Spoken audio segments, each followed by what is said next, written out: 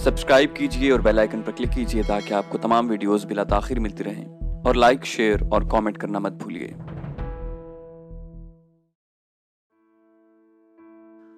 अगले रोज जब शाम को मैं मामूल के गश्त से वापस लौटा तो गेट पर ही मुझे पैगाम मिला कि एक साहब दोपहर से मेरे कमरे में मेरे मुंतजिर हैं। मैंने दिल ही दिल में सोचा कौन हो सकता है।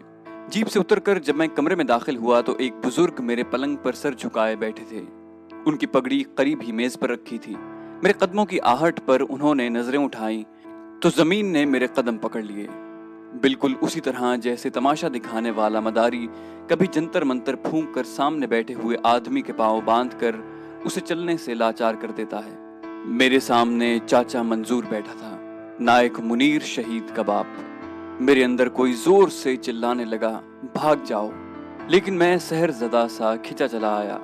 चाचा, मेरे मुंह से आह निकली, वो कराहा पुत्र। हम दोनों आपस में लिपट गए। नजरें टकराईं तो मेरी आंखों में नमी तैर रही थी। चाचा पुरसुकून था, पुत्र मैं रोने नहीं आया, शहीदों के माँ बाप रोया नहीं करते। खामोश होकर उसने पगड़ी उठाकर सर पर रख ली। मैं हैरत से चाचा मंजूर के चेहरे को तक रहा था। उसके चेहरे पर यास व अलम के साए साफ नजर आ रहे थे, मगर आंखों में आंसू नहीं थे। मैं टुकर टुकर उसका चेहरा देख रहा था। मुझे हर लम्हा यही तवक्को थी कि ये देहाती बूढ़ा बिलबिला उठेगा, बैन करेगा। अभी उसकी आंखें अश्कों के दरिया बहा देंगी। कोई बाप अपने बेटे की मौत पर इतना साबिर नहीं रहता, लेकिन उसकी आंखों में तो तमानियत का एक सागर हलकोरे ले रहा था। वो तो पिदराना शफकत की चमक के सिवा और कुछ दिखाई ही नहीं देता था, और ये चमक दो चंद होती जा रही थी। अपनी ऐनक के शीशे उसने पगड़ी के पल्लू से साफ किए और बावकार नजरों से मेरी सम देखते हुए कहने लगा, बच्चे मौला ऐसे गबरू नसीबे वालों को दिया करता है जो मुल्क व कौम का नाम ही नहीं रोशन करते, माँ बाप का सर भी फख्र से बुलंद कर देते हैं। मेरा मुनीरा मौला की अमानत थी। मैंने बड़ी जानदारी से उसकी रखवाली की, उसमें खयानत नहीं होने दी। रोज़े क़यामत में मौला से अपनी खिदमत का सिला पाऊंगा। चंद सानिये वो खामोश हो गए, फिर अपनी पुरअज़्म आंखें ऊपर उठाईं। एक फांस सी दिल में जरूर थी, बच्चा जी चाहता है उसकी जाए शहादत देखूं, उनसे मिलूं जो उसके संगी थे, जो उसके साथ मौजूद थे। मेरा गबरू बड़ा जीदार था। कबड्डी में पूरे गांव में उसका कोई सानी नहीं था, और हारना तो उसने सीखा ही नहीं। उसका एक ही भाई था, मौला ने बचपन में उससे ले लिया। कोई कोताही हुई होगी हमसे उसकी हिफाजत में। अब हमारा सब कुछ हमारा मुनीर ही है। बच्चे सांस की डोरी उम्र ढलते टूटने लगती है, लेकिन जहां तो दुख के साए लंबे ही लंबे होते जा रहे हैं। मैं उसके हर साथी से उसकी कहानियां सुनने आया हूँ। मैं चाहता हूँ वापस जाऊं तो उसकी माँ को सुनाने के लिए बहुत कुछ लेकर जाऊं। हमें कोई शिकवा नहीं, बाकी उम्र उसकी यादें समेटते ही गुजर जाएंगे। बस कभी कभी उसकी मंगेतर का ख्याल बेचैन कर देता है। जानते उसने क्या किया है? इतना कहकर वो खामोश हो गए। मैं मुंह से बोला नहीं, सिर्फ इस्तिफहामिया नजरों से उनकी सम देखा। बच्चे, वो मुनीर की शहादत के बाद लाल जोड़ा पहने हमारे यहाँ चली आई। वो कहती है अब सारी जिंदगी इसी चौखट पर गुजारेगी। सारा गांव मिन्नतें कर चुका, लेकिन किसी की सुनती नहीं। जाने कितनी लंबी उम्र है उसकी, कैसे गुजारेगी। एक ठंडी आह भरकर वो खामोश हो गए। मेरे अंदर आरी सी चल रही थी। उनका एक एक लफ्ज निश्तर बनकर मेरे दिल में उतर रहा था। शाम तक मुनीर की कंपनी के जवानों को खबर पहुंच गई। वो सब मेरे कमरे में शहीद के वालिद से मिलने चले आए। उन सब की आंखों में पंजाब के इस बूढ़े के लिए, जिसे उसके गांव से बाहर शायद कोई पहचानता भी नहीं था, अकीदत व एहतराम का समंदर ठाटे मार रहा था। मैं उन्हें दो जवानों के हमराह जीप में बिठाकर उस मकाम पर ले गया जहां उनका बेटा अमर हुआ था। चाचा मंजूर ने झुककर उस मिट्टी को बोसा दिया, फिर जीप से एक पोटली निकालकर उसमें मिट्टी भर ली।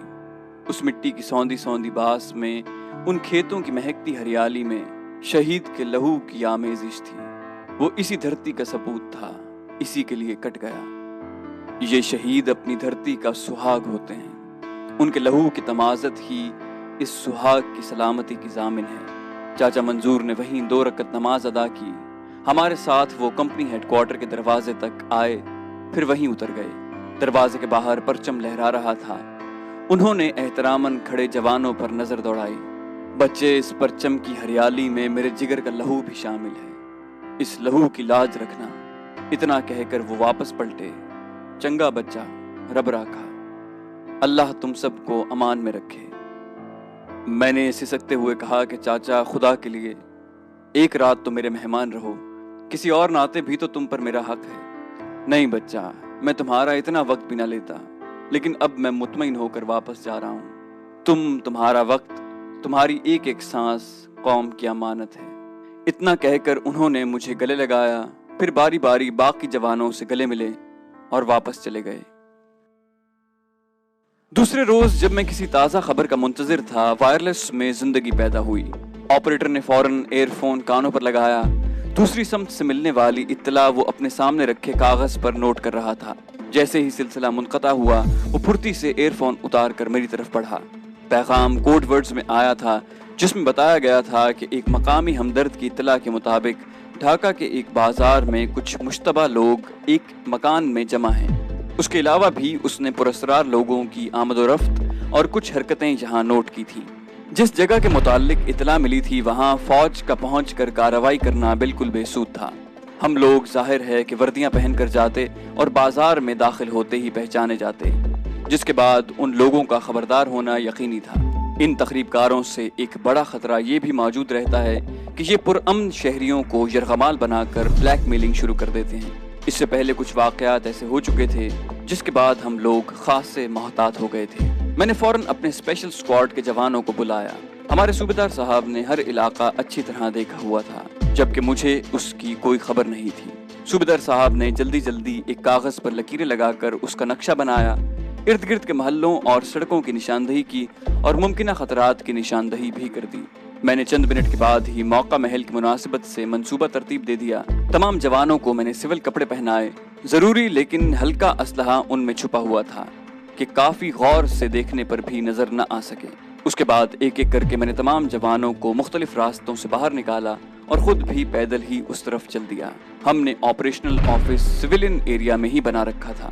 عام لوگوں کی نظروں سے تو پوشیدہ تھا، لیکن مجھے یہ امید نہیں تھی کہ مکتی باہنی کو بھی اس کا علم نہ رہا ہو۔ مکتی باہنی جن افراد پر مشتمل تھی، ان میں سے بیشتر کا تعلق مسلح افواج کی East Bengal regiment, East Pakistan rifle اور مشرقی پاکستان کی پولیس سے تھا۔ ان کے افسر زیادہ تر بھارت کی باقاعدہ افواج کے SSG کے آفیسر ہوتے تھے، جو بنگالیوں کا روپ دھار کر ان میں کام کر رہے تھے۔ ان غیر ملکیوں کا علم سوائے خصوصی لوگوں کے اور کسی کو نہیں ہوتا تھا، اور عام طور پر بنگالی یہی سمجھتے تھے کہ افسروں کا تعلق بھی انہی سے ہے۔ ان بھگوڑے فوجیوں کو جو اسلحے سمیت سرحد پار کر گئے تھے، بھارتیوں نے ہاتھوں ہاتھ لیا تھا اور ان میں سے خاص لوگوں کو منتخب کر کے اپنی ملٹری اکیڈمیوں میں خصوصی تربیت دے کر دوبارہ مشرقی پاکستان میں داخل کر دیا تھا۔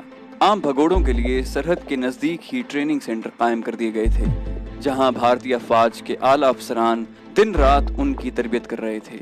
شروع میں ان باغیوں کو عام قسم کا اسلحہ مہیا کیا جاتا تھا، پھر دیکھتے دیکھتے بھارتیوں نے انہیں توپ خانہ بھی مہیا کر دیا، جس میں فیلڈ گنز بھی تھیں۔ یہ بھارتی اسلحہ بڑے منظم اور خفیہ طریقے سے ان کو پہنچایا جا رہا تھا۔ اس کے لیے بھارتی افواج کی سب سے زیادہ مدد ان ندی نالوں اور جنگلات کے چھوٹے سلسلوں نے کی جو یہاں قدم قدم پر پائے جاتے تھے۔ بھارت کے ساتھ مشرقی پاکستان کی سینکڑوں میل لمبی سرحد ملتی ہے اور ہمارے پاس بہت تھوڑی نفری موجود تھی۔ یا تو ہم اندرون ملک ان کی تخریبی کارروائیوں پر کنٹرول کر پاتے، یا پھر سرحد کے چپے چپے پر اپنے جوانوں کو کھڑا کر دیتے۔ سرحد سے مشرقی پاکستان کے تمام شہروں تک دریاؤں اور ندی نالوں کے سلسلے پھیلے ہوئے تھے۔ مکتی باہنی کے تخریب کاروں سرحد پر اسلحہ وصول کر کے ندی نالوں میں کشتیوں کے ذریعے آگے بڑھا دیتے اور مختلف ہاتھوں سے گزر کر وہ بالآخر اپنے مطلوبہ مقام پر پہنچ جاتا۔ یہ کام وہ سیدھے سادھے مانجھیوں کا روپ دھار کر کرتے تھے۔ ہم سارے مشرقی پاکستان کے ندی نالوں کی ناکہ بندی نہیں کر سکتے تھے۔ پھر بدقسمتی سے مقامی آبادی اپنی مرضی سے یا خوفزدہ ہو کر بہرحال ان کی مدد کرتی تھی اور انہیں متبادل راستے مہیا کر دیتی تھی۔ اس کے برعکس ہمارے ساتھ عدم تعاون کیا جاتا۔ اکثر ہمارے ٹروپس کو بہکا کر وہ لوگ مکتی باہنی کے گھیرے میں لے جاتے اور خود کھسک جاتے۔ اگر مکتی باہنی کو شک گزرتا کہ کوئی بنگالی ہماری مدد کر رہا ہے تو وہ اسے ہر صورت موت کے گھاٹ اتار دیتے، خواہ اس کے لیے انہیں کتنی ہی قربانی کیوں نہ دینی پڑتی۔ اس طرح سے اصل میں وہ لوگوں کو مجبور کر دیتے کہ وہ صرف ان کی مدد کریں اور ان کے اشاروں پر آنکھیں بند کر کے عمل پیرا ہوں۔ मुक्ति बाहिनी ने अपनी कार्रवाइयों का आगाज भी मुहिब्बे वतन लोगों पर हमला करने, उनकी अमलाक लूटने और नजर आतिश करने से किया था। उन्होंने चुन चुन कर ऐसे तमाम लोगों को कत्ल कर दिया जिनके मुतालिक उन्हें जरा सा भी शक था कि वो पाकिस्तान से हमदर्दी रखते हैं।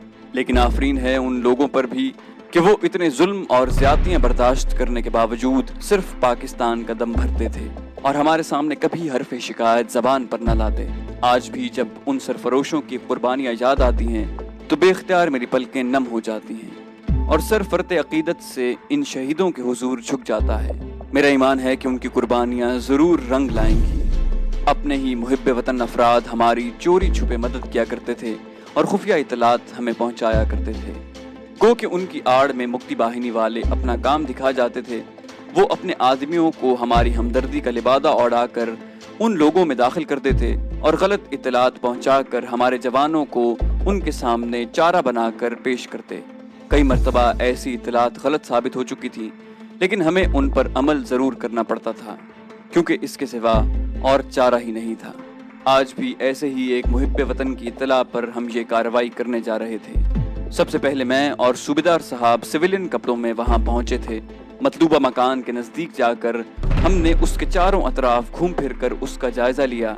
ये 2 मंजिला मकान था जिसकी छत दूसरे मकानात से मिली हुई थी। इलाका पुराना और रिहायशी किस्म का दिखाई देता था। अपनी दानिस्त में दुश्मन ने बड़ी चालाकी दिखाई थी और उसकी फरार की तमाम राहें खुली थी। हमें इस बात का इल्म भी था कि इर्द गिर्द के मकानात में भी उनके हमदर्द ही रहते हैं जो वक्त आने पर उन्हें हर किस्म की मदद पहुंचाएंगे। अब हमारे जवान भी एक एक 2-2 की शक्ल में पहुंचना शुरू हो गए थे और मैं उन्हें इशारे कनाए से सूरत हाल बतलाकर उनके फराइज से आगाह भी करता जा रहा था। करीबन 20 मिनट के बाद तमाम जवान अपनी अपनी जगह मुस्तैद खड़े मेरे इशारे के मुंतजिर थे। मेरा इशारा पाते ही जवान बिजली की तरह हरकत में आए और चारों अतराफ से दीवारें फलांग कर इर्द गिर्द के 2-3 मकानात में दाखिल हो गए। उनके जिम्मे वहां के मकीनों को काबू करके मकानात की छतों पर कब्जा करना था ताकि तकरीबकार ऊपर आएं तो उन्हें अपना मुंतजिर पाएं। खुद मैं अपने साथियों के हमराह सीधा उस मकान में जा घुसा जहां तकरीबकार मौजूद थे। हमारे पास टेन गन्ने, कुछ दस्ती बम और धुआं फैलाने वाले बम थे। मेरे दोनों पहलुओं पर 2 जवान आगे बढ़ रहे थे। एक तरह से उन्होंने मुझे दोनों पहलुओं से कवर मुहैया किया। हम बहुत तेजी से भागते हुए अंदर दाखिल हुए, लेकिन अपनी तरबियत के मुताबिक आहट पैदा न होने दी। मकान के बरामदे में ही एक कमरा दिखाई दिया जो शायद अंदर से बंद था। फौजी तरबियत के मुताबिक मैं और दूसरा जवान दरवाजे के दोनों पार्टों के साथ चिपक गए। हमने स्टेन गनों को फायरिंग की पोजीशन में बिल्कुल तैयार रखा था। मेरा इशारा पाते ही हमारे तीसरे साथी ने दरवाजे को जोरदार लात मारी और खुद परे जा गिरा। उसके साथ ही हम तेजी से अंदर की समत घूमे जहां 5 आदमी अपने सामने शराब की बोतल रखे हक्का बक्का हमें घूर रहे थे। हैंड्स अप, मैंने उन्हें ललकारा। वो तमाम के तमाम किसी मैकेनिकी अमल के ताबे उठ खड़े हुए और अपने हाथ खड़े कर दिए। मैंने अगला हुक्म दिया, दीवार की तरफ घूम जाओ। उन्होंने तामील की। मेरे दोनों साथियों ने फुर्ती से उनकी जेबें टटोली। 5 की जेबों से भरे हुए रिवॉल्वर बरामद हुए। मेरे साथियों को ऐसे लोगों से निपटने की खुसूसी तरबियत हासिल थी। हमने बमुश्किल 2 मिनट में उन्हें बेदस्तो पा करके एक कोने में ढेर कर दिया। अभी आखिरी आदमी को बांध कर फारिग हुए ही थे कि फायरिंग से मकान के दरो दीवार लरजने लगे। दूसरी मंजिल पर बैठे लोगों को शक गुजरा था और उन्होंने कमरों की खिड़कियों में मोर्चे संभाल लिए थे। खैरियत गुजरी के मकान के सामने का इलाका खाली हो चुका था और लोग हमारी भागम दौड़ से खौफजदा होकर भाग गए थे, वरना बहुत जानी नुकसान होता। मैंने अपने दोनों जवानों को कैदियों की हिफाजत के लिए छोड़ा और खुद उन सीढ़ियों तक जा पहुंचा जो दूसरी मंजिल के उस कमरे की तरफ जा रही थी जहां वो लोग मोर्चे जमाए बैठे थे।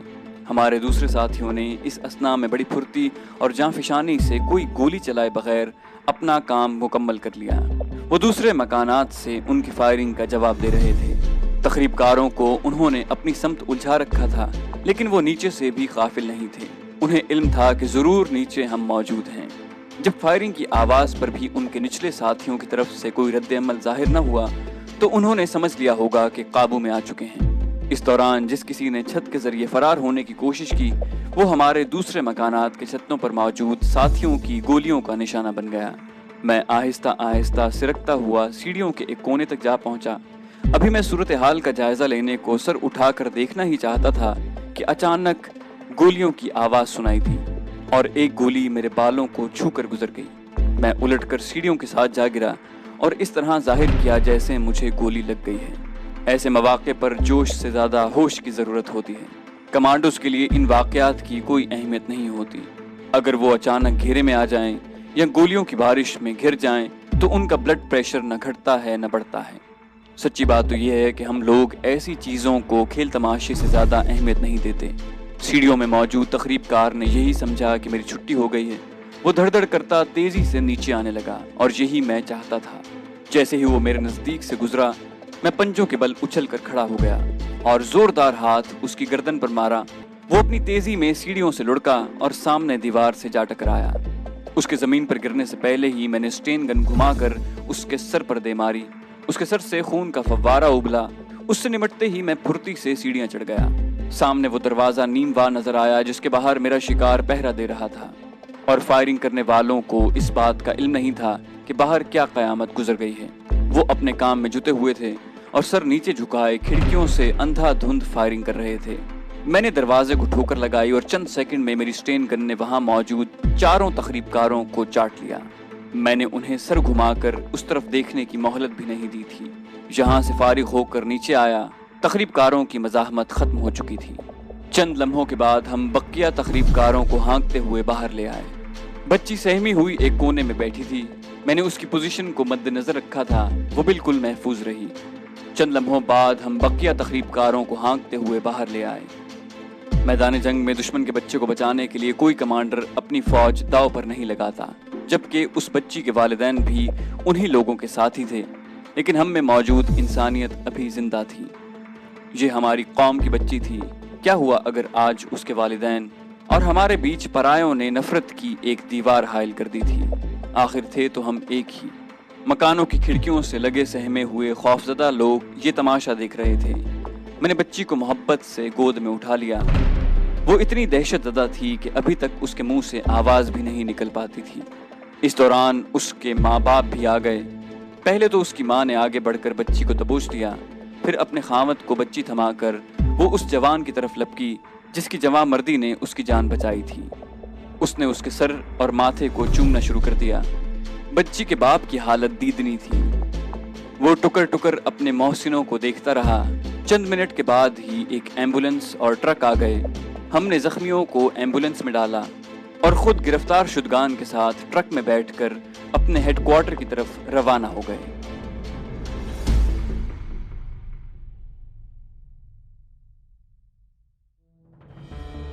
تو دوستو، یہ تھی ہماری آج کی کہانی۔ امید کرتے ہیں آپ کو ہماری کہانی پسند آئی ہوگی۔ جانے سے پہلے اس ویڈیو کو لائک اور شیئر کرنا مت بھولیے، اور اگر ابھی تک آپ نے ہمارے چینل کو سبسکرائب نہیں کیا تو اسے سبسکرائب کیجیے تاکہ آپ کو ہماری تمام کہانیاں بلا تاخیر ملتی رہیں، اور کامنٹ کر کے ہمیں بتائیے کہ آپ کو یہ کہانی کیسی لگی۔ ہم اس سلسلے کی مزید قسطیں لے کر جلدی حاضر ہوں گے۔ اپنا بے حد خیال رکھیے گا۔ اللہ حافظ۔